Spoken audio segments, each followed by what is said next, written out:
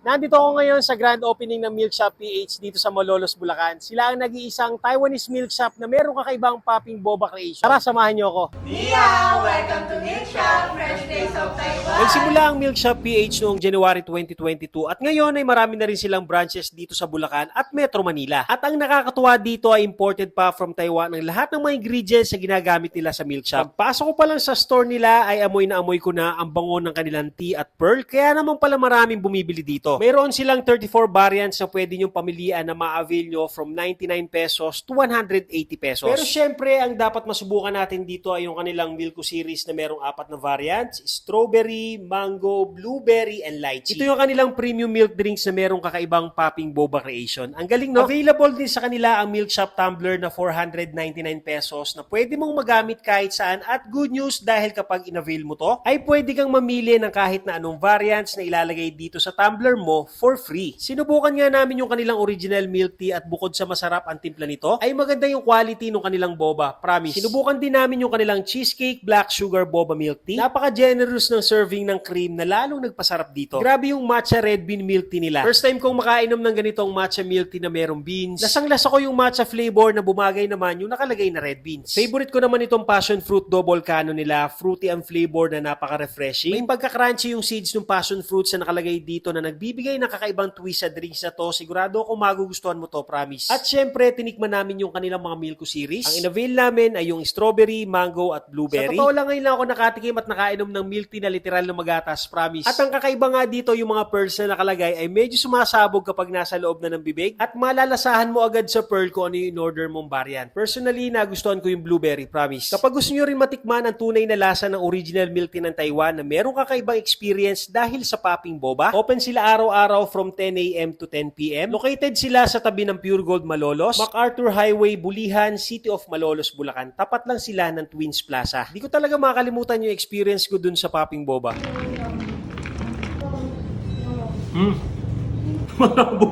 O paano mga ate at kuya? Kain tayo.